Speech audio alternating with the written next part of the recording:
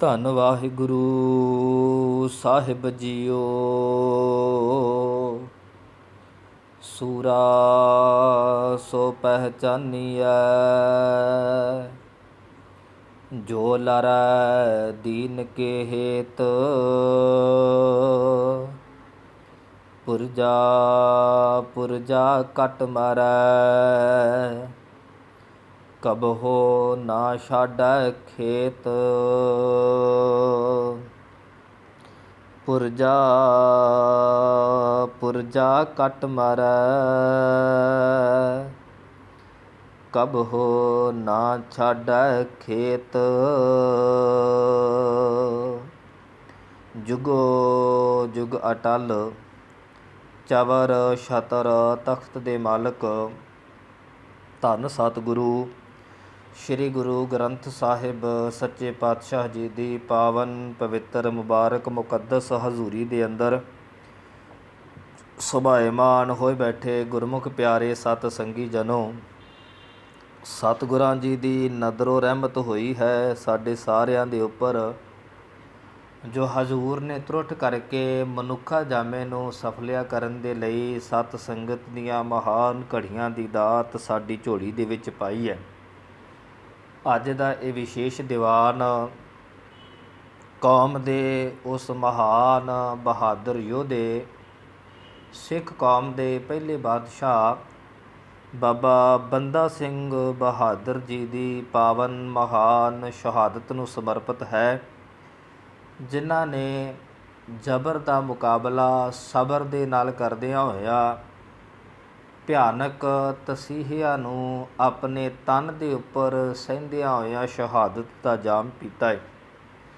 ਮੇਰੇ ਤੋਂ ਪਹਿਲਾਂ ਗੁਰਮੁਖ ਪਿਆਰੇ ਰਾਗੀ ਜਥੇ ਪਾਸੋਂ ਸਤਿਗੁਰਾਂ ਜੀ ਦੀ ਅੰਮ੍ਰਿਤਮਈ ਗੁਰਬਾਣੀ ਦਾ ਸ਼ਬਦ ਕੀਰਤਨ ਸਰਵਣ ਕਰਕੇ ਲਾਹਾ ਪ੍ਰਾਪਤ ਕਰਦੇ ਪਏ ਸਾਂ। ਆਓ ਕੁਝ ਕੁ ਸਮੇਂ ਦੇ ਲਈ ਆਪਾਂ ਗੁਰ ਇਤਿਹਾਸ ਗੁਰਮਤਿ ਵਿਚਾਰਾਂ ਦੇ ਨਾਲ ਜੁੜਨਾ ਹੈ। ਧੰਨ ਸਤਿਗੁਰੂ ਸ਼੍ਰੀ ਗੁਰੂ ਗ੍ਰੰਥ ਸਾਹਿਬ ਸੱਚੇ ਪਾਤਸ਼ਾਹ ਜੀ ਦੇ ਚਰਨਾਂ ਦੇ ਵਿੱਚ ਬੇਨਤੀ ਕਰੀਏ ਕਿ ਦਾਤਾ ਜੀ, ਅਸੀਂ ਕਲਯੁਗੀ ਜੀਵ ਹਾਂ। ਸਾਡਾ ਮਨ ਇੱਕ ਜਗ੍ਹਾ ਦੇ ਉੱਪਰ ਟਿਕਦਾ ਨਹੀਂ, ਪਰ ਜੇ ਆਪ ਜੀ ਦੀ ਕਿਰਪਾ ਹੋ ਜਾਵੇ, ਇਹ ਦੌੜਦਾ ਭੱਜਦਾ ਹੋਇਆ ਮਨ ਇਕਾਗਰ ਚਿੱਤ ਹੋ ਕੇ ਤੇਰੇ ਚਰਨਾਂ ਦੇ ਨਾਲ ਜੁੜ ਸਕਦਾ ਹੈ। ਆਪ ਮਿਹਰਮਤ ਕਰੋ, ਸਿਰ 'ਤੇ ਮਿਹਰ ਭਰਿਆ ਹੱਥ ਰੱਖ ਕਰਕੇ ਆਪ ਹੀ ਆਪਣੇ ਮੁਬਾਰਕ ਚਰਨਾਂ ਦੇ ਨਾਲ ਜੋੜ ਲੈਣਾ ਕਰੋ। ਆਪ ਸੰਗਤ ਬਖਸ਼ੋ ਆਸੀਸ। ਧੰਨ ਸਤਿਗੁਰੂ ਸ਼੍ਰੀ ਗੁਰੂ ਕਲਗੀਧਰ ਪਾਤਸ਼ਾਹ ਜੀ ਦੇ ਵੱਲੋਂ ਬਖਸ਼ੀ ਹੋਈ ਫਤਿਹ ਪ੍ਰਵਾਨ ਕਰਿਓ। ਕੋਈ ਵੀ ਰਸਨਾ ਵਾਂਝੀ ਨਾ ਰਹੇ।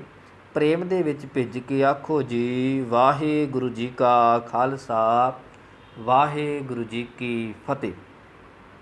ਬਾਬਾ ਬੰਦਾ ਸਿੰਘ ਬਹਾਦਰ, ਜਿਨ੍ਹਾਂ ਦਾ ਜਨਮ 1670 ਈਸਵੀ ਦੇ ਵਿੱਚ ਰਾਜੌਰੀ ਪੁੰਛ ਜ਼ਿਲ੍ਹਾ ਕਸ਼ਮੀਰ ਦਾ ਇਲਾਕਾ ਹੈ।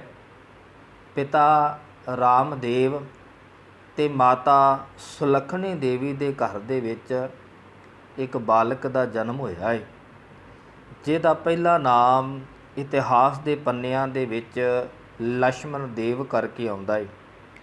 ਬਚਪਨ ਦੀ ਇੱਕ ਘਟਨਾ, 11 ਕੁ ਸਾਲ ਦੀ ਉਮਰ ਦੇ ਵਿੱਚ ਲਛਮਣ ਦੇਵ ਸ਼ਿਕਾਰ ਕਰਨ ਦੇ ਲਈ ਜੰਗਲ ਦੇ ਵਿੱਚ ਜਾਂਦਾ ਹੈ। ਤੀਰ ਪੱਥੇ ਦੇ ਵਿੱਚੋਂ ਕੱਢ ਕੇ ਕਮਾਨ ਦੇ ਚਿੱਲੇ ਦੇ ਉੱਪਰ ਚਾੜ੍ਹਦਾ ਹੈ। ਆਪਣੇ ਤਨ ਦਾ ਪੂਰਾ ਜ਼ੋਰ ਲਗਾ ਕਰਕੇ ਇੱਕ ਹਿਰਨੀ ਨੂੰ ਨਿਸ਼ਾਨਾ ਬਣਾ ਕੇ ਤੀਰ ਛੱਡਦਾ ਹੈ ਅਤੇ ਛੂਕਦਾ ਹੋਇਆ ਤੀਰ ਹਿਰਨੀ ਦੇ ਪੇਟ ਦੇ ਵਿੱਚ ਜਾ ਕੇ ਲੱਗ ਜਾਂਦਾ ਹੈ। ਹਿਰਨੀ ਉਸੇ ਜਗ੍ਹਾ ਦੇ ਉੱਪਰ ਬੇਹੋਸ਼ ਹੋ ਕੇ ਡਿੱਗ ਪੈਂਦੀ ਹੈ। ਇਹ ਲਛਮਣ ਦੇਵ ਉਸ ਡਿੱਗੀ ਹੋਈ ਹਿਰਨੀ ਦੇ ਨਜ਼ਦੀਕ ਜਾਂਦਾ ਹੈ ਕਿ ਕੀ ਵੇਖਦਾ ਹੈ, ਹਿਰਨੀ ਦੇ ਪੇਟ ਦੇ ਵਿੱਚ 2 ਬੱਚੇ ਨੇ। ਜਿੱਥੇ ਹਿਰਨੀ ਦੀ ਮੌਤ ਹੋਈ ਹੈ, ਉੱਥੇ ਪੇਟ ਦੇ ਵਿੱਚੋਂ ਬਾਹਰ ਨਿਕਲੇ ਹੋਏ 2 ਬੱਚੇ ਅੱਖਾਂ ਦੇ ਸਾਹਮਣੇ ਤੜਫ ਤੜਫ ਕਰਕੇ ਮਰਦੇ ਹੋਏ ਇਸ ਲਛਮਣ ਦੇਵ ਨੇ ਆਪਣੀਆਂ ਅੱਖਾਂ ਦੇ ਨਾਲ ਵੇਖੇ ਨੇ। ਇਤਿਹਾਸ ਕਹਿੰਦਾ ਹੈ ਉਸ ਦਰਦਨਾਕ ਸਾਕੇ ਨੂੰ ਜਦੋਂ ਇਹਨੇ ਆਪਣੀਆਂ ਅੱਖਾਂ ਦੇ ਨਾਲ ਤੱਕਿਆ ਏ, ਹੱਥਾਂ ਦੇ ਵਿੱਚ ਫੜਿਆ ਹੋਇਆ ਤੀਰ, ਹੱਥਾਂ ਦੇ ਵਿੱਚ ਫੜਿਆ ਹੋਇਆ ਕਮਾਨ ਛੁੱਟ ਗਿਆ ਏ ਔਰ ਇਹ ਜਾਨਕੀ ਪ੍ਰਸਾਦ ਦੀ ਸ਼ਰਨ ਦੇ ਵਿੱਚ ਜਾ ਕੇ ਬੈਰਾਗ ਅਵਸਥਾ ਵਾਲਾ ਜੀਵਨ ਅਪਣਾ ਲਿਆ ਏ। ਬੜਾ ਲੰਮਾ ਸਮਾਂ ਜਾਨਕੀ ਪ੍ਰਸਾਦ ਦੀ ਸੇਵਾ ਕੀਤੀ ਹੈ, ਗਿਆਨ ਨੂੰ ਹਾਸਲ ਕੀਤਾ ਏ, ਰਿੱਧੀਆਂ ਸਿੱਧੀਆਂ ਦਾ ਮਾਲਕ ਬਣਿਆ ਏ। ਜਾਨਕੀ ਪ੍ਰਸਾਦ ਦੀ ਮੌਤ ਤੋਂ ਬਾਅਦ ਇਹਨੇ ਸਮਰੱਥ ਰਾਮਦਾਸ ਨੂੰ ਆਪਣਾ ਦੁਨਿਆਵੀ ਤੌਰ 'ਤੇ ਦੂਸਰਾ ਉਸਤਾਦ ਬਣਾਇਆ ਏ। ਕੁਝ ਕੁ ਸਮਾਂ ਇਹ ਚੇਲੇ ਮੰਡਲੀ ਦੇ ਵਿੱਚ ਰਿਹਾ ਏ। ਅਖੀਰ ਦੇ ਵਿੱਚ ਇਹ ਔਗੜਨਾਥ ਦੀ ਸ਼ਰਨ ਦੇ ਵਿੱਚ ਗਿਆ ਏ। ਔਗੜਨਾਥ ਜਿੱਥੇ ਆਪ ਗਿਆਨਵਾਨ ਸੀ, ਵਿਦਵਾਨ ਸੀ, ਉੱਥੇ ਰਿੱਧੀਆਂ ਸਿੱਧੀਆਂ ਦਾ ਮਾਲਕ ਸੀ। ਲਛਮਣ ਦੇਵ ਜੋ ਜਾਨਕੀ ਪ੍ਰਸਾਦ ਦੀ ਸ਼ਰਨ ਦੇ ਵਿੱਚ ਜਾ ਕੇ ਮਾਧੋਦਾਸ ਬੈਰਾਗੀ ਬਣਿਆ ਏ, ਇਹਨੇ ਤਨ ਮਨ ਕਰਕੇ ਔਗੜਨਾਥ ਦੀ ਸੇਵਾ ਕੀਤੀ ਹੈ ਅਤੇ ਅੱਗੋਂ ਔਗੜਨਾਥ ਨੇ ਵੀ ਗਿਆਨ ਰਿੱਧੀਆਂ ਸਿੱਧੀਆਂ ਮਾਧੋਦਾਸ ਬੈਰਾਗੀ ਦੀ ਝੋਲੀ ਦੇ ਵਿੱਚ ਪਾ ਦਿੱਤੀਆਂ ਨੇ। ਇਹਨੇ ਦੱਖਣ ਦੇ ਵੱਲ ਆਪਣਾ ਰੁਖ ਕੀਤਾ ਏ। ਗੋਦਾਵਰੀ ਦੇ ਕੰਢੇ 'ਤੇ ਇਹਨੇ ਇੱਕ ਡੇਰਾ, ਇੱਕ ਆਸ਼ਰਮ ਬਣਾਇਆ ਏ ਔਰ ਉਸ ਆਸ਼ਰਮ ਦੇ ਵਿੱਚ ਰਹਿ ਕੇ ਇਹਨੇ ਆਪਣੀ ਪੂਜਾ ਕਰਵਾਉਣੀ ਸ਼ੁਰੂ ਕਰ ਦਿੱਤੀ ਹੈ। ਆਲੇ ਦੁਆਲੇ ਦੇ ਲੋਕ ਕੁਝ ਇਹਦੀਆਂ ਰਿੱਧੀਆਂ ਸਿੱਧੀਆਂ ਤੋਂ ਡਰਦਿਆਂ ਨੇ, ਕੁਝ ਇਹਦੀ ਪ੍ਰਸ਼ੰਸਾ ਅਤੇ ਵਡਿਆਈ ਨੂੰ ਵੇਖਦਿਆਂ ਹੋਇਆਂ ਲੋਕਾਂ ਨੇ ਆਪਣੇ ਆਪ ਨੂੰ ਮਾਧੋਦਾਸ ਬੈਰਾਗੀ ਦੇ ਅੱਗੇ ਸਮਰਪਿਤ ਕਰ ਦਿੱਤਾ ਹੈ। ਇੱਕ ਬੇਨਤੀ ਮੈਂ ਜ਼ਰੂਰ ਕਰ ਜਾਵਾਂ, ਸਾਧ ਸੰਗਤ, ਜਦੋਂ ਕਿਸੇ ਦੇ ਕੋਲ ਜ਼ਿਆਦਾ ਪੈਸਾ ਆ ਜਾਂਦਾ ਹੈ, ਜ਼ਿਆਦਾ ਉੱਚੀ ਪਦਵੀ ਆ ਜਾਂਦੀ ਹੈ, ਮਾਣ ਵਡਿਆਈ ਪ੍ਰਸ਼ੰਸਾ ਸੋਭਾ ਦਾ ਉਹ ਮਾਲਕ ਬਣ ਜਾਂਦਾ ਹੈ ਅਤੇ ਇਹਦੇ ਵਿੱਚ ਕੋਈ ਸ਼ੱਕ ਨਹੀਂ, ਉਹਦੇ ਜੀਵਨ ਦੇ ਵਿੱਚ ਹੰਕਾਰ ਦੀ ਕਣੀ ਵੀ ਜ਼ਰੂਰ ਆ ਜਾਂਦੀ ਹੈ। ਆਪਣੇ ਆਪ ਨੂੰ ਉਹ ਰੱਬ ਦਾ ਸ਼ਰੀਕ ਸਮਝਣ ਲੱਗ ਪੈਂਦਾ ਹੈ ਅਤੇ ਆਪਣੇ ਤੋਂ ਸਿਵਾ ਦੂਜੀ ਦੁਨੀਆ ਨੂੰ, ਦੁਨੀਆ ਦੇ ਲੋਕਾਂ ਨੂੰ ਉਹ ਜਾਣਦਾ ਨਹੀਂ, ਉਹ ਸਮਝਦਾ ਤੱਕ ਨਹੀਂ। ਇਹ ਮਾਧੋਦਾਸ ਬੈਰਾਗੀ ਦੇ ਨਾਲ ਵੀ ਇਹੋ ਕੁਝ ਵਾਪਰਿਆ ਹੈ। ਰਿੱਧੀਆਂ ਸਿੱਧੀਆਂ ਦਾ ਮਾਲਕ ਹੈ, ਲੋਕ ਝੁਕਦੇ ਨੇ, ਇਹ ਆਪਣੇ ਆਪ ਨੂੰ ਰੱਬ ਦਾ ਸ਼ਰੀਕ ਸਮਝਣ ਲੱਗ ਪਿਆ ਹੈ। ਹੰਕਾਰ ਦੇ ਵਿੱਚ ਮਸਤ ਹੋਇਆ ਆਪਣੇ ਡੇਰੇ, ਆਪਣੇ ਆਸ਼ਰਮ ਦੇ ਵਿੱਚ ਪਲੰਘੇ 'ਤੇ ਬੈਠਦਾ ਏ। ਕੋਈ ਸਾਧੂ ਸੰਤ ਰੱਬ ਦਾ ਪਿਆਰਾ ਆਉਂਦਾ ਏ, ਗੁਜ਼ਰਦਾ ਏ, ਪਹਿਲਾਂ ਉਹਨੂੰ ਬੜੇ ਸਤਿਕਾਰ ਦੇ ਨਾਲ ਆਪਣੇ ਪਲੰਘੇ 'ਤੇ ਬਿਠਾਉਂਦਾ ਏ ਅਤੇ ਬਾਅਦ ਦੇ ਵਿੱਚ ਆਪਣੀਆਂ ਰਿੱਧੀਆਂ ਸਿੱਧੀਆਂ ਦੀ ਵਰਤੋਂ ਕਰਕੇ ਪਲੰਘਾ ਉਲਟਾਉਂਦਾ ਏ। ਜਦੋਂ ਉਹ ਜ਼ਮੀਨ 'ਤੇ ਡਿੱਗ ਪੈਂਦਾ ਏ, ਇਹ ਤਾੜੀ ਮਾਰ ਕੇ ਆਪ ਹੱਸਦਾ ਏ ਅਤੇ ਨਾਲ ਇਹਦੇ ਚੇਲੇ ਮਖੌਲ ਉਡਾਉਂਦੇ ਨੇ। ਸਾਧ ਸੰਗਤ, ਇੱਧਰ ਧੰਨ ਗੁਰੂ ਕਲਗੀਧਰ ਪਾਤਸ਼ਾਹ ਪਰਿਵਾਰ ਵਿਛੋੜੇ ਤੋਂ ਬਾਅਦ ਚਮਕੌਰ ਦੀ ਜੰਗ ਦੇ ਵਿੱਚ ਆਪਣੇ ਦੋਨਾਂ ਪੁੱਤਰਾਂ ਨੂੰ ਆਪਣੀਆਂ ਅੱਖਾਂ ਦੇ ਸਾਹਮਣੇ ਸ਼ਹੀਦ ਹੁੰਦਾ ਤੱਕਿਆ ਏ। ਰਾਏ ਕੱਲੇ ਦੇ ਰਾਏਕੋਟ, ਰਾਏ ਕੱਲੇ ਦੇ ਕੋਲ ਆ ਕੇ ਖਬਰ ਸੁਣੀ ਹੈ ਕਿ ਸਰਹੰਦ ਦੀ ਧਰਤੀ 'ਤੇ ਕਹਿਰ ਵਾਪਰਿਆ ਏ। ਗੁਰੂ ਕਾ ਲਾਲਾ ਨੂੰ, ਮਾਤਾ ਗੁਜਰੀ ਨੂੰ ਸ਼ਹੀਦ ਕਰ ਦਿੱਤਾ ਗਿਆ ਏ।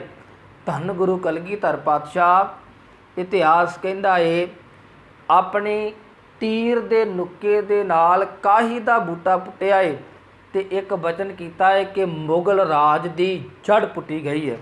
ਹਜ਼ੂਰ ਉੱਥੋਂ ਤੁਰੇ ਨੇ, ਦੀਨੇ ਕਾਂਗੜ ਦੀ ਧਰਤੀ 'ਤੇ ਜ਼ਫਰਨਾਮਾ ਜਿੱਤ ਦੀ ਚਿੱਠੀ ਲਿਖੀ ਔਰੰਗਜ਼ੇਬ ਦੇ ਵੱਲ।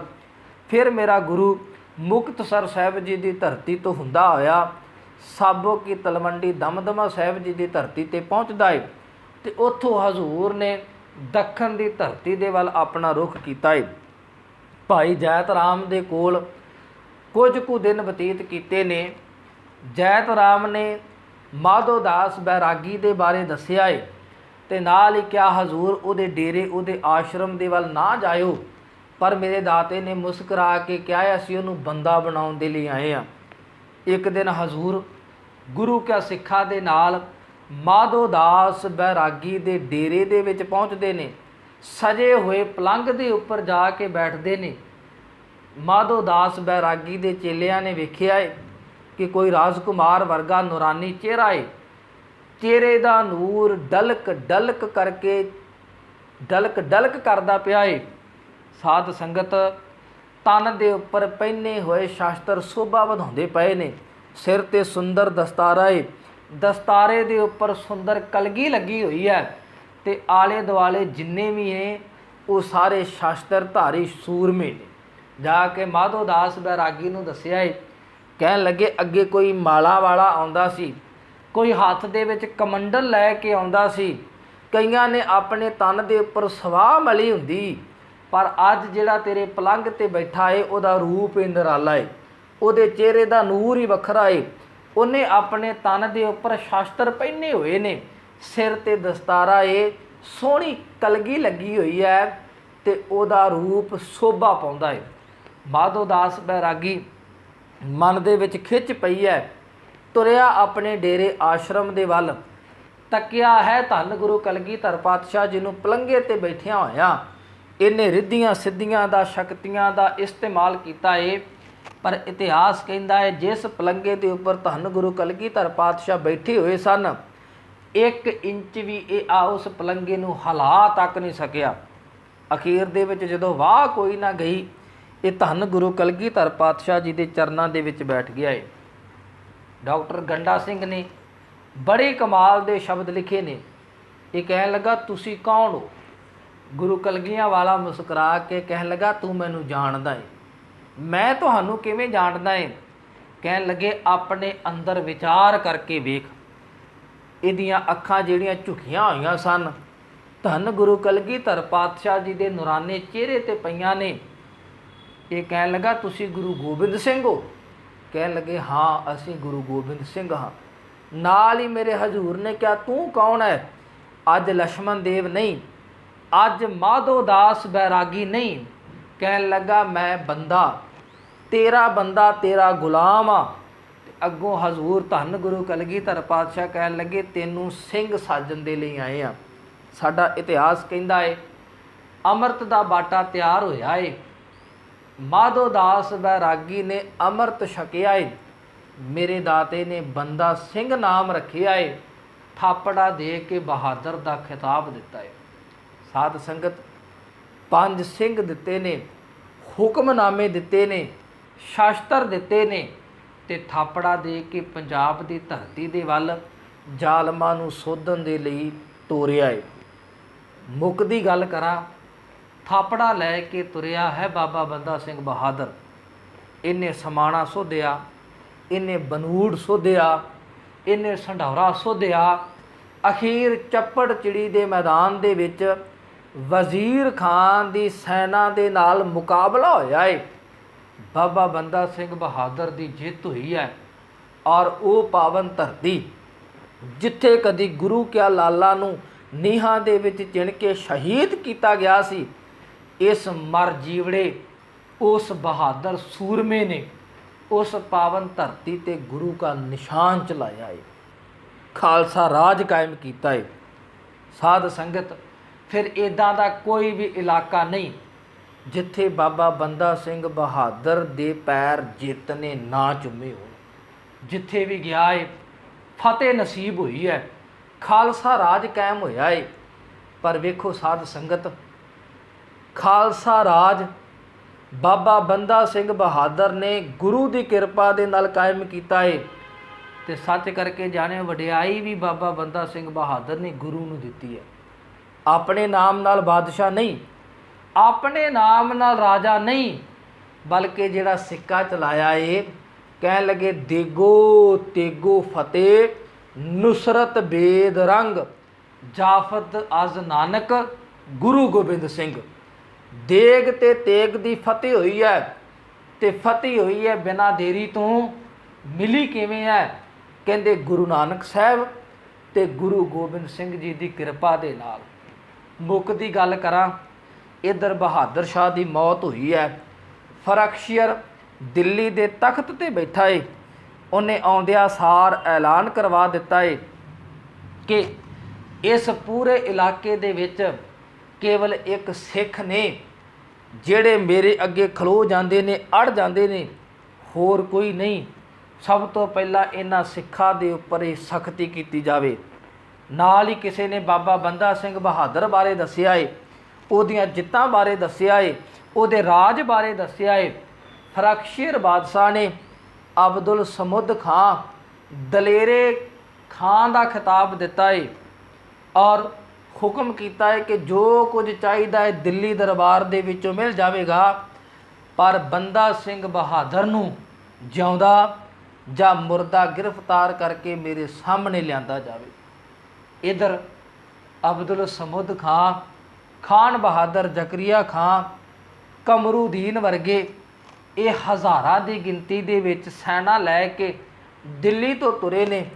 ਉਧਰ ਬਾਬਾ ਬੰਦਾ ਸਿੰਘ ਬਹਾਦਰ, ਜਿਨੇ ਕੁਝ ਕੁ ਸਮਾਂ ਜੰਗਲ ਦੇ ਵਿੱਚ ਗੁਜ਼ਾਰਿਆ ਹੈ, ਜੰਗਲ ਦੇ ਵਿੱਚੋਂ ਨਿਕਲ ਕੇ ਗੁਰਦਾਸ ਨੰਗਲ ਦੀ ਗੜੀ, ਦੁਨੀ ਚੰਦ ਦਾ ਉਹ ਇਲਾਕਾ, ਦੁਨੀ ਚੰਦ ਦੀ ਹਵੇਲੀ, ਉਹਦੇ ਵਿੱਚ ਗੁਰੂ ਕਾ ਸਿੱਖਾਂ ਦੇ ਸਮੇਤ ਇਹਨੇ ਰਹਿਣਾ ਸ਼ੁਰੂ ਕੀਤਾ ਹੈ। ਅਬਦੁਲ ਸਮੁਦ ਖਾਂ ਤੁਰਿਆ ਹੈ। ਰਸਤੇ ਦੇ ਵਿੱਚ ਆਉਂਦਿਆਂ ਆਉਂਦਿਆਂ ਜਦੋਂ ਇਹ ਪੰਜਾਬ ਦੀ ਧਰਤੀ 'ਤੇ ਦਾਖਲ ਹੋਇਆ ਹੈ, ਇਹਨੂੰ ਪਤਾ ਲੱਗਾ ਹੈ ਕਿ ਬਾਬਾ ਬੰਦਾ ਸਿੰਘ ਬਹਾਦਰ ਗੁਰਦਾਸ ਨੰਗਲ ਦੀ ਗੜੀ ਦੇ ਵਿੱਚ ਬੈਠਾ ਹੋਇਆ ਹੈ। ਇਹਨੇ ਆਪਣੀ ਫੌਜ ਦਾ ਰੁਖ ਕੀਤਾ ਹੈ। ਥੋੜ੍ਹੇ ਸਮੇਂ ਦੇ ਵਿੱਚ ਅਬਦੁਲ ਸਮੁਦ ਖਾਂ ਨੇ ਉਸ ਗੁਰਦਾਸ ਨੰਗਲ ਦੀ ਗੜੀ ਨੂੰ ਘੇਰਾ ਪਾ ਲਿਆ ਹੈ। ਜ਼ਕਰੀਆ ਖਾਂ, ਕਮਰੂਦੀਨ ਵਰਗੇ ਹਿੰਦੂ ਰਾਜੇ, ਪਤਾ ਨਹੀਂ ਹੋਰ ਕਿੰਨੇ ਕੁ ਨੇ ਜਿਹੜੇ ਉਸ ਫੌਜ ਦੇ ਵਿੱਚ ਸ਼ਾਮਲ ਹੋ ਕੇ ਬਾਬਾ ਬੰਦਾ ਸਿੰਘ ਬਹਾਦਰ ਦੇ ਉੱਪਰ ਚੜ੍ਹਾਈ ਕਰਕੇ ਆਏ ਨੇ।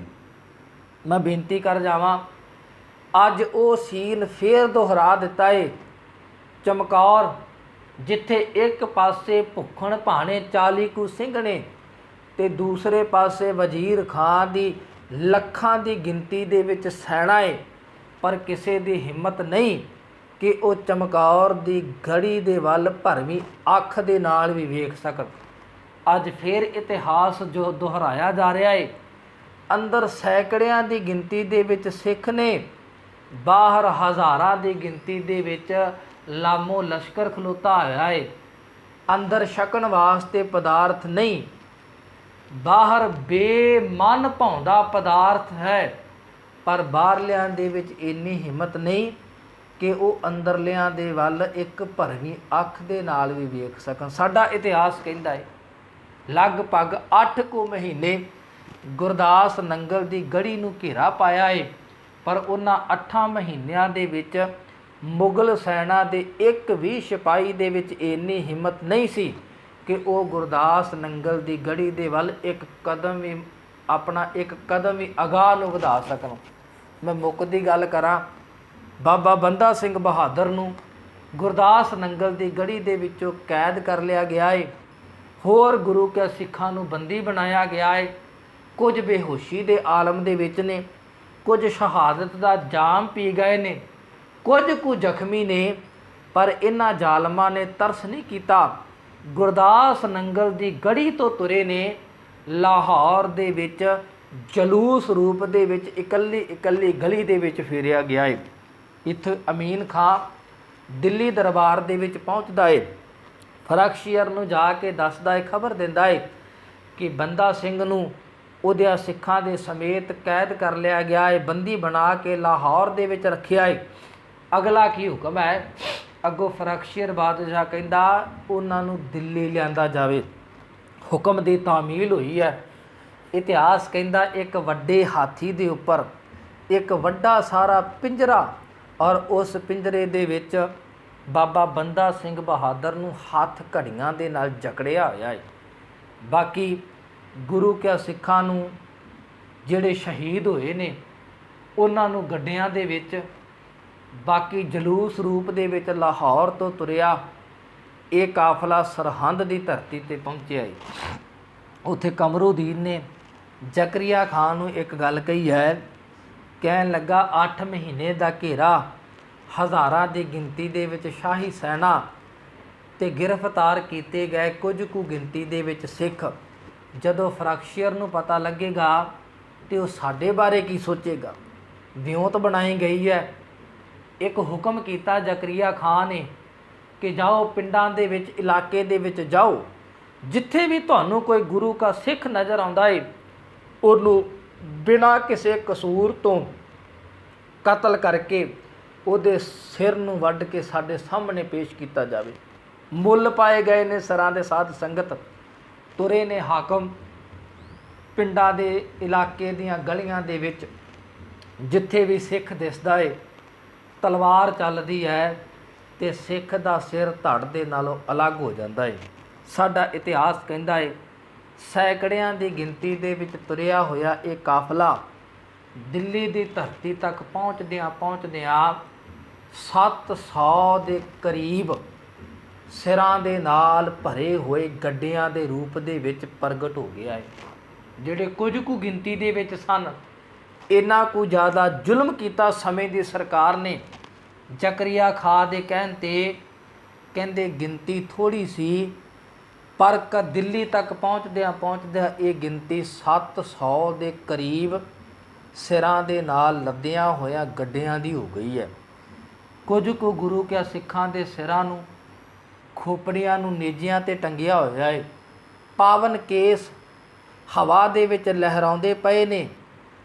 ਇੱਕ ਵੱਡੇ ਪਿੰਜਰੇ ਦੇ ਵਿੱਚ ਕੌਮ ਦਾ ਪਹਿਲਾ ਬਾਦਸ਼ਾਹ ਬਾਬਾ ਬੰਦਾ ਸਿੰਘ ਬਹਾਦਰ ਕੈਦੀ ਬਣਿਆ ਹੋਇਆ ਬੈਠਾ ਹੈ। ਨਾਲ ਬਾਬਾ ਬੰਦਾ ਸਿੰਘ ਬਹਾਦਰ ਦੀ ਧਰਮ ਸਪਤਨੀ ਬੀਬੀ ਸੁਸ਼ੀਲ ਕੌਰ ਪੌਣੇ ਕੁ 4 ਸਾਲ ਦਾ, ਮਾਫ਼ ਕਰਿਓ, ਛੋਟਾ ਜਿਹਾ ਬੱਚਾ ਏ ਬਾਬਾ ਅਜੇ ਸਿੰਘ। ਇਹ ਕਾਫਲਾ ਜਲੂਸ ਦੇ ਰੂਪ ਦੇ ਵਿੱਚ ਦਿੱਲੀ ਦੀ ਧਰਤੀ 'ਤੇ ਪਹੁੰਚਿਆ ਏ। ਪੇਸ਼ੀਆਂ ਹੋਈਆਂ ਨੇ। ਬਾਬਾ ਬੰਦਾ ਸਿੰਘ ਬਹਾਦਰ ਨੂੰ ਸ਼ਹੀਦ ਕਤਲ ਕਰਨ ਤੋਂ ਪਹਿਲਾਂ ਇਹਨਾਂ ਨੇ ਵਿਉਂਤ ਬਣਾਈ ਹੈ ਕਿ ਬਾਬਾ ਬੰਦਾ ਸਿੰਘ ਬਹਾਦਰ ਨੂੰ ਪਹਿਲਾਂ ਡੁਲਾਇਆ ਜਾਵੇ। ਮੈਂ ਇੱਕ ਬੇਨਤੀ ਜ਼ਰੂਰ ਕਰ ਜਾਵਾਂ, ਸਾਡਾ ਇਤਿਹਾਸ ਕਹਿੰਦਾ ਏ ਜਿਹੜੀ ਸਮੇਂ ਦੀ ਹਕੂਮਤ ਹੈ ਨਾ, ਸਾਧ ਸੰਗਤ, ਉਹ ਕਿਸੇ ਨੂੰ ਮਾਰਨਾ ਨਹੀਂ ਚਾਹੁੰਦੀ। ਤੁਸੀਂ ਇਤਿਹਾਸ ਤੋਂ ਚੰਗੇ ਤਰੀਕੇ ਦੇ ਨਾਲ ਵਾਕਫ ਬੈਠੇ ਹੋ। ਧੰਨ ਗੁਰੂ ਅਰਜਨ ਦੇਵ ਪਾਤਸ਼ਾਹ ਮਹਾਰਾਜ, ਜਿਨ੍ਹਾਂ ਨੂੰ ਤੱਤੀ ਤਵੀ 'ਤੇ ਬਿਠਾਇਆ ਗਿਆ, ਤੱਤਾ ਰੇਤਾ ਸੀਸ ਦੇ ਵਿੱਚ ਪਾਇਆ ਗਿਆ, ਉਬਲਦੀ ਦੇਗ ਦੇ ਵਿੱਚ ਉਬਾਲਿਆ ਗਿਆ ਏ। ਮਨਸ਼ਾ ਸੀ ਕਿ ਇਹ ਝੁਕ ਜਾਣ। ਜਦੋਂ ਨਹੀਂ ਝੁਕੇ, ਅਖੀਰ ਦੇ ਵਿੱਚ ਉਹਨਾਂ ਨੂੰ ਸ਼ਹੀਦ ਕਰ ਦੇਣਾ ਪਿਆ। ਗੁਰੂ ਕਿਆ ਲਾਲਾਂ ਦੀ ਗੱਲ ਕਰਾਂ, ਗੁਰੂ ਤੇਗ ਬਹਾਦਰ ਸਾਹਿਬ ਜੀ ਦੀ ਗੱਲ ਕਰਾਂ, ਭਾਈ ਮਤੀ ਦਾਸ, ਭਾਈ ਸਤੀ ਦਾਸ, ਭਾਈ ਦਿਆਲਾ ਜੀ ਦੀ ਗੱਲ ਕਰਾਂ, ਤਸੀਹੇ ਦਿੱਤੇ। ਮਨਸ਼ਾ ਸੀ ਕਿ ਝੁਕ ਜਾਣਗੇ। ਜਦੋਂ ਨਹੀਂ ਝੁਕੇ, ਫਿਰ ਉਹਨਾਂ ਨੇ ਕਤਲ ਕੀਤਾ ਗਿਆ, ਫਿਰ ਉਹਨਾਂ ਨੇ ਸ਼ਹੀਦ ਕਰਨ ਦਾ ਰਸਤਾ ਅਪਣਾਇਆ। ਇੱਥੇ ਵੀ ਬਾਬਾ ਬੰਦਾ ਸਿੰਘ ਬਹਾਦਰ ਨੂੰ ਕਤਲ ਕਰਨਾ ਫਰਖਸ਼ੀਅਰ ਦਾ ਇਰਾਦਾ ਨਹੀਂ ਸੀ। ਉਹਦਾ ਇਰਾਦਾ ਸੀ ਕਿ ਇਹ ਝੁਕ ਜਾਵੇ, ਇਹਨੂੰ ਝੁਕਾ ਲਿਆ ਜਾਵੇ, ਇਸਲਾਮ ਦੇ ਵਿੱਚ ਲੈ ਆਂਦਾ ਜਾਵੇ, ਤਾਂ ਮੇਰੀ ਜਿੱਤ ਹੈ। ਔਰ ਇਸੇ ਕਾਰਜ ਨੂੰ ਕਰਨ ਦੇ ਲਈ ਪਹਿਲਾਂ ਬਾਬਾ ਬੰਦਾ ਸਿੰਘ ਬਹਾਦਰ ਨੂੰ ਮਾਨਸਿਕ ਤੌਰ 'ਤੇ ਕਮਜ਼ੋਰ ਬਣਾਉਣ ਦੇ ਲਈ ਗੁਰੂ ਕਿਆ ਸਿੱਖਾਂ ਦੇ ਬਾਬਾ ਬੰਦਾ ਸਿੰਘ ਬਹਾਦਰ ਦੇ ਸਾਥੀਆਂ ਨੂੰ ਤਸੀਹੇ ਦੇਣ ਦਾ ਪ੍ਰੋਗਰਾਮ ਬਣਾਇਆ ਗਿਆ। ਕੋਤਵਾਲ ਸਰਬਰਾਹ ਖਾਨ ਨੂੰ ਬੁਲਾਇਆ ਏ। ਕਹਿਣ ਲੱਗਾ ਇਹ ਤੇਰੇ ਹਵਾਲੇ ਹੈ, ਜੋ ਵੀ ਸਲੂਕ ਕਰਨਾ ਤੂੰ ਕਰ ਸਕਦਾ ਏ, ਪਰ ਸ਼ਰਤ ਹੈ ਇਸਲਾਮ ਦੇ ਵਿੱਚ ਲੈ ਕੇ ਆਉਣਾ ਪਵੇਗਾ। ਜੇ ਨਹੀਂ ਆਉਂਦੇ ਤੇ ਕਤਲ ਕਰ ਦੇ, ਰੱਖ ਲੈ, ਭਾਵੇਂ ਮਾਰ ਲੈ, ਇਹ ਅਖਤਿਆਰ ਤੇਰੇ ਕੋਲ ਹੈ। ਸਾਡਾ ਇਤਿਹਾਸ ਕਹਿੰਦਾ ਏ ਸਰਬਰਾਹ ਖਾਂ ਅੱਜ ਉਹ ਕਤਲਗਾਹ ਦੇ ਵਿੱਚ ਖਲੋਤਾ ਹੋਇਆ ਏ। ਇੱਕ ਪਾਸੇ ਜਲਾਦ ਨੇ ਆਪਣੇ ਹੱਥ ਦੇ ਵਿੱਚ ਤਲਵਾਰ ਫੜੀ ਹੋਈ ਹੈ, ਇੱਕ ਪਾਸੇ ਮੁਕੱਦਸ ਕੁਰਾਨ ਸ਼ਰੀਫ ਕਾਜੀ ਲੈ ਕੇ ਖਲੋਤਾ ਹੋਇਆ ਏ। ਪਹਿਲੇ ਸਿੱਖ ਨੂੰ ਬੁਲਾਇਆ ਜਾਂਦਾ ਏ। ਕਹਿਣ ਲੱਗੇ ਜੇ ਇਸਲਾਮ ਕਬੂਲ ਹੈ, ਜ਼ਿੰਦਗੀ ਚਾਹੁੰਦਾ ਏ, ਤੇ ਕੁਰਾਨ ਵਾਲੇ ਪਾਸੇ ਜੇ ਇਸਲਾਮ ਕਬੂਲ ਨਹੀਂ, ਮੌਤ ਚਾਹੁੰਦਾ ਏ, ਤੇ ਕਿਰਪਾਨ ਵਾਲੇ ਪਾਸੇ। ਉਹ ਗੁਰੂ ਕਾ ਸਿੱਖ, ਉਹਨੇ ਕੁਰਾਨ ਦੀ ਬਜਾਏ ਕਿਰਪਾਨ ਨੂੰ ਚੁਣਿਆ ਹੈ। ਇਤਿਹਾਸ ਕਹਿੰਦਾ 1 2 3 4 5 ਨਹੀਂ, ਜਦੋਂ ਕੁਝ ਕੁ ਗਿਣਤੀ ਦੇ ਵਿੱਚ ਗੁਰੂ ਕਿਆ ਸਿੱਖਾਂ ਦੇ ਸਿਰ ਧੜ ਦੇ ਨਾਲੋਂ ਅਲੱਗ ਕਰ ਦਿੱਤੇ ਗਏ, ਉਹਨਾਂ ਗੁਰਸਿੱਖਾਂ ਦੇ ਵਿੱਚੋਂ ਇੱਕ ਆਵਾਜ਼ ਆਈ ਹੈ। ਕਹਿਣ ਲੱਗੇ ਕਾਜੀ ਸਾਹਿਬ, ਜੇ ਤੁਹਾਡਾ ਹੁਕਮ ਹੋਵੇ ਤੇ ਇੱਕ ਗੱਲ ਕਹਿ ਸਕਦਾ ਹੈ। ਕਾਜੀ ਕਹਿਣ ਲੱਗਾ ਸ਼ਾਇਦ ਇਹ ਡਰ ਗਿਆ ਏ। ਕਹਿਣ ਲੱਗਾ ਬੋਲੋ। ਅੱਗੋਂ ਉਸ ਗੁਰੂ ਕੇ ਸਿੱਖ ਨੇ ਕਿਹਾ ਮੈਨੂੰ ਭਰੋਸਾ ਦਿਓ ਕਿ ਤੁਸੀਂ ਮੇਰੀ ਗੱਲ ਨੂੰ ਮਨਜ਼ੂਰ ਕਰੋਗੇ। ਕਹਿਣ ਲੱਗੇ ਤੈਨੂੰ ਭਰੋਸਾ ਦਿੱਤਾ। ਉਸ ਗੁਰੂ ਕੇ ਸਿੱਖ ਨੇ ਇੱਕੋ ਗੱਲ ਕਹੀ ਹੈ। ਕਹਿਣ ਲੱਗਾ ਤੁਸੀਂ ਇਕੱਲੇ ਸਿੱਖ ਨੂੰ ਪੁੱਛਦੇ ਪਏ ਹੋ ਕਿਰਪਾਨ ਜਾਂ ਕੁਰਾਨ, ਮੈਂ ਤੁਹਾਡੇ ਨਾਲ ਵਾਅਦਾ ਕਰਦਾ ਏ, ਮੈਂ ਸਾਰੇ ਸਿੱਖਾਂ ਦੀ ਜ਼ਿੰਮੇਵਾਰੀ ਲੈਣਾ ਏ। ਤੁਸੀਂ ਆਪਣਾ ਤੇ ਸਾਡਾ ਟਾਈਮ ਖਰਾਬ ਨਾ ਕਰੋ। ਇਹਨਾਂ ਸਾਰਿਆਂ ਨੂੰ ਕੁਰਾਨ ਨਹੀਂ, ਇਹਨਾਂ ਸਾਰਿਆਂ ਨੂੰ ਕਿਰਪਾਨ ਮਨਜ਼ੂਰ ਹੈ। ਸਾਧ ਸੰਗਤ, ਪਹਿਲੇ ਦਿਨ 100 ਗੁਰੂ ਕੇ ਸਿੱਖਾਂ ਨੂੰ ਸ਼ਹੀਦ ਕੀਤਾ ਗਿਆ, ਪਰ 100 ਦੇ ਵਿੱਚੋਂ ਇੱਕ ਵੀ ਇੱਦਾਂ ਦਾ ਨਹੀਂ ਨਿਤਰਿਆ ਜਿਹਨੇ ਕਿਰਪਾਨ ਦੀ ਬਜਾਏ ਕੁਰਾਨ ਨੂੰ ਸਵੀਕਾਰ ਕੀਤਾ ਹੋਵੇ। ਸਾਰਿਆਂ ਨੇ ਕਿਰਪਾਨ ਸਵੀਕਾਰ ਕੀਤੀ ਹੈ। ਇੱਕ ਘਟਨਾ ਜਿਹਨੂੰ ਆਪ ਜੀ ਨੇ ਬੜੀ ਵਾਰ ਸੁਣਿਆ ਹੈ, ਇੱਕ ਨੌਜਵਾਨ ਸਿੱਖ ਬੱਚਾ ਜਿਹਦਾ ਨਵਾਂ ਵਿਆਹ ਹੋਇਆ ਹੈ, ਜਿਹਦੀ ਬੁੱਢੀ ਮਾਂ ਵਿਧਵਾ ਹੈ, ਬਜ਼ੁਰਗ ਹੈ, ਉਹਨੂੰ ਪਤਾ ਲੱਗਾ ਹੈ ਦੀਵਾਨ ਰਤਨ ਰਾਏ ਰਤਨ ਚੰਦ ਦੇ ਰਾਹੀਂ ਫਰਕਸ਼ੀਰ ਬਾਦਸ਼ਾਹ ਦੇ ਕੋਲ ਪਹੁੰਚੀ ਹੈ। ਕਹਿਣ ਲੱਗੀ ਮੇਰੇ ਪੁੱਤ ਨੂੰ ਬੰਦਾ ਸਿੰਘ ਨੇ ਧੱਕੇ ਦੇ ਨਾਲ ਬੰਦੀ ਬਣਾਇਆ, ਉਹ ਸਿੱਖ ਨਹੀਂ, ਉਹਦੀ ਜਾਨ ਬਖਸ਼ ਦਿੱਤੀ ਜਾਵੇ। ਫਰਕਸ਼ੀਰ ਦੀ ਚਿੱਠੀ ਲੈ ਕੇ ਇਹ ਕੋਤਵਾਲ ਕਤਲਗਾਹ ਦੇ ਸਥਾਨ 'ਤੇ ਪਹੁੰਚੀ ਹੈ ਅਤੇ ਕੁਦਰਤੀ ਤੌਰ 'ਤੇ ਅਜੇ ਇਹਦੇ ਸਿੱਖ ਬੱਚੇ ਦੀ, ਇਸ ਬੱਚੇ ਦੀ ਵਾਰੀ ਨਹੀਂ ਸੀ ਆਈ। ਇਹਨੇ ਦੌੜ ਕਰਕੇ ਉਹ ਚਿੱਠੀ ਸਰਬਰਾਹ ਖਾਨ ਨੂੰ ਦਿੱਤੀ ਹੈ। ਕਹਿਣ ਲੱਗੀ ਆਓ ਮੇਰਾ ਬੱਚਾ ਏ, ਉਹ ਸਿੱਖ ਨਹੀਂ ਹੈ। ਇਸ ਸਰਬਰਾਹ ਖਾਂ ਕੋਤਵਾਲ ਨੇ ਇੱਕੋ ਗੱਲ ਕਹੀ ਹੈ। ਕਹਿਣ ਲੱਗਾ ਐ ਨੌਜਵਾਨ, ਤੇਰੀ ਕਿਸਮਤ ਚੰਗੀ ਹੈ। ਕਹਿਣ ਲੱਗਾ ਮੇਰੀ ਕਿਸਮਤ ਚੰਗੀ ਨਹੀਂ, ਮੇਰੀ ਕਿਸਮਤ ਮਾੜੀ ਹੈ। ਕਿਉਂ? ਮੈਂ ਗੁਰੂ ਕਲਗੀਧਰ ਪਾਤਸ਼ਾਹ ਜੀ ਦਾ ਸਿੱਖ ਹਾਂ। ਮੈਂ ਆਪਣੇ ਵੀਰਾਂ ਦੇ ਨਾਲ ਸ਼ਹਾਦਤ ਦਾ ਜਾਮ ਪੀਣਾ ਚਾਹੁੰਦਾ ਹੈ। ਮੈਨੂੰ ਕਤਲ ਕਿਉਂ ਨਹੀਂ ਕੀਤਾ ਜਾ ਰਿਹਾ? ਅੱਗੋਂ ਕੋਤਵਾਲ ਸਰਬਰਾਹ ਖਾਂ ਕਹਿਣ ਲੱਗਾ ਆ ਤੇਰੀ ਮਾਂ ਇੱਕ ਚਿੱਠੀ ਲੈ ਕੇ ਆਈ ਹੈ ਜਿਹਦੇ ਵਿੱਚ ਲਿਖਿਆ ਤੂੰ ਸਿੱਖ ਨਹੀਂ ਹੈ। ਅਤੇ ਸਾਧ ਸੰਗਤ ਸਦਕੇ ਜਾਈਏ ਉਸ ਨੌਜਵਾਨ ਸਿੱਖ ਬੱਚੇ ਦੇ ਉੱਚੀ ਆਵਾਜ਼ ਦੇ ਵਿੱਚ ਉਹਨੇ ਇੱਕੋ ਗੱਲ ਕਹੀ ਹੈ, ਇਹ ਮੇਰੀ ਮਾਂ ਝੂਠ ਬੋਲਦੀ ਹੈ। ਮੇਰੇ ਤਨ ਦੇ ਵਿੱਚ, ਮੇਰੇ ਮਨ ਦੇ ਵਿੱਚ ਗੁਰੂ ਕਲਗੀਧਰ ਪਾਤਸ਼ਾਹ ਜੀ ਦੀ ਮੁਹੱਬਤ ਅਤੇ ਪਿਆਰ ਹੈ। ਮੈਂ ਗੁਰੂ ਕਲਗੀਧਰ ਪਾਤਸ਼ਾਹ ਦਾ ਸਿੱਖ ਹਾਂ। ਮੈਂ ਆਪਣੇ ਵੀਰਾਂ ਦੇ ਨਾਲ ਸ਼ਹਾਦਤ ਦਾ ਜਾਮ ਪੀਣਾ ਚਾਹੁੰਦਾ ਹੈ। ਮੁੱਕਦੀ ਗੱਲ, ਜਲਾਦ ਦੀ ਤਲਵਾਰ ਚੱਲੀ ਹੈ। ਉਸ ਨੌਜਵਾਨ ਦਾ ਸਿਰ ਧੜ ਦੇ ਨਾਲੋਂ ਅਲੱਗ ਕਰ ਦਿੱਤਾ ਗਿਆ ਹੈ।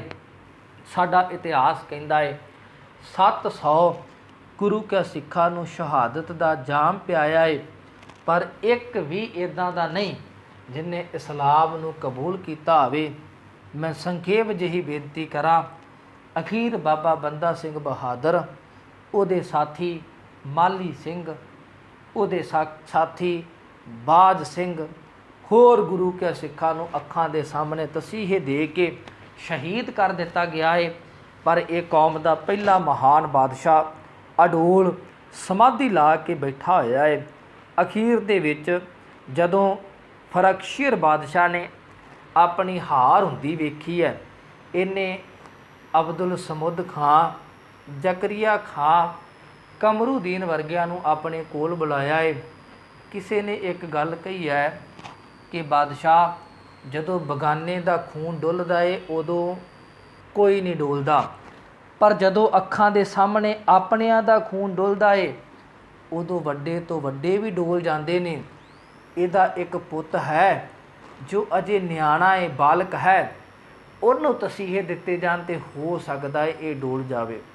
ਫਰਕਸ਼ੀਰ ਨੂੰ ਇਹ ਗੱਲ ਚੰਗੀ ਲੱਗੀ ਹੈ। ਉਹਨੇ ਉਸੇ ਵੇਲੇ ਹੀ ਹੁਕਮ ਕੀਤਾ ਹੈ, ਹੁਕਮ ਦੀ ਤਾਮੀਲ ਹੋਈ ਹੈ। ਬਸ ਫਿਰ ਕੀ ਸੀ, ਜਲਾਦ ਨੇ ਉਸ ਪੌਣੇ ਕੁ 4 ਸਾਲ ਦੇ ਪੁੱਤ ਨੂੰ ਬਾਬਾ ਬੰਦਾ ਸਿੰਘ ਬਹਾਦਰ ਦੀ ਗੋਦ ਦੇ ਵਿੱਚ ਪਾ ਦਿੱਤਾ ਹੈ। ਹੱਥ ਦੇ ਵਿੱਚ ਖੰਜਰ ਫੜਾ ਦਿੱਤਾ ਹੈ ਅਤੇ ਨਾਲ ਹੀ ਹੁਕਮ ਕੀਤਾ ਹੈ ਇਸ ਖੰਜਰ ਦੇ ਨਾਲ ਆਪਣੇ ਪੁੱਤ ਨੂੰ ਜ਼ਿਬਾ ਕਰ ਦੇ। ਮੈਂ ਬੇਨਤੀ ਕਰਾਂ ਸਾਧ ਸੰਗਤ, ਅਸੀਂ ਵੀ ਧੀਆਂ ਪੁੱਤਰਾਂ ਵਾਲੇ ਹਾਂ। ਸਾਡੇ ਔਲਾਦ ਦੇ ਜੇ ਕੰਡਾ ਵੀ ਵੱਜਦਾ ਹੈ ਨਾ, ਤੇ ਮੈਨੂੰ ਮਾफ़ ਕਰਿਓ, ਮਾਤਾ ਪਿਤਾ ਦਾ ਕਲੇਜਾ ਪਾੜ ਜਾਂਦਾ ਹੈ। ਅੱਜ ਬੜੇ ਲੰਮੇ ਸਮੇਂ ਬਾਅਦ ਪੁੱਤ ਨੇ ਪਿਓ ਨੂੰ ਵੇਖਿਆ ਏ ਅਤੇ ਪਿਓ ਨੇ ਪੁੱਤ ਨੂੰ ਵੇਖਿਆ ਏ, ਗੱਲ ਦੇ ਨਾਲ ਆਇਆ ਕਿਹੋ ਜਿਹਾ ਸਮਾਂ ਹੋਵੇਗਾ। ਪੁੱਤ ਗੋਦੀ ਦੇ ਵਿੱਚ ਪਿਆ ਏ ਅਤੇ ਪਿਤਾ ਦੇ ਹੱਥ ਦੇ ਵਿੱਚ ਖੰਜਰ ਹੈ ਅਤੇ ਸਮੇਂ ਦੀ ਹਕੂਮਤ ਕਹਿੰਦੀ ਹੈ ਇਸ ਖੰਜਰ ਦੇ ਨਾਲ ਆਪਣੇ ਪੁੱਤ ਨੂੰ ਜ਼ਿਬਾ ਕਰ ਦੇ। ਸਾਧ ਸੰਗਤ ਕਿਹੋ ਜਿਹਾ ਸਮਾਂ ਹੋਵੇਗਾ।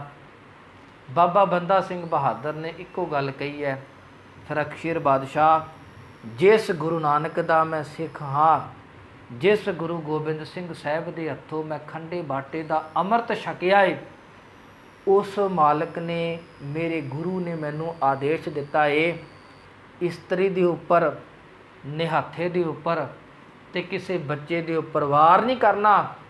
ਬਾਦਸ਼ਾਹ, ਬੇਸ਼ੱਕ ਤੂੰ ਮੇਰਾ ਦੁਸ਼ਮਣ ਹੈ, ਭਰੋਸਾ ਕਰ ਜਾਂ ਨਾ ਕਰ, ਪਰ ਜੇ ਮੇਰੀ ਗੋਦ ਦੇ ਵਿੱਚ ਤੇਰਾ ਪੁੱਤ ਵੀ ਹੁੰਦਾ ਤੇ ਮੈਂ ਤੇਰੇ ਪੁੱਤ ਦੇ ਉੱਪਰ ਹੀ ਵਾਰ ਨਹੀਂ ਸੀ ਕਰਨਾ, ਨਹੀਂ ਸੀ ਕਰਨਾ ਵਾਰ। ਮੇਰਾ ਗੁਰੂ ਮੈਨੂੰ ਆਗਿਆ ਨਹੀਂ ਦਿੰਦਾ।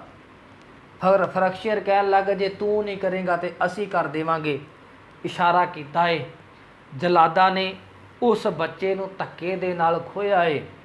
ਇਤਿਹਾਸ ਕਹਿੰਦਾ ਏ, ਇੱਕ ਜਲਾਦ ਨੇ ਖੰਜਰ ਦਾ ਭਰਵਾਂ ਵਾਰ ਕੀਤਾ ਏ ਤੇ 4.25 ਸਾਲ ਦੇ ਕੁੰਵਰ ਅਜੇ ਸਿੰਘ ਜੀ ਦੀ ਛਾਤੀ ਨੂੰ ਪਾੜ ਦਿੱਤਾ ਏ।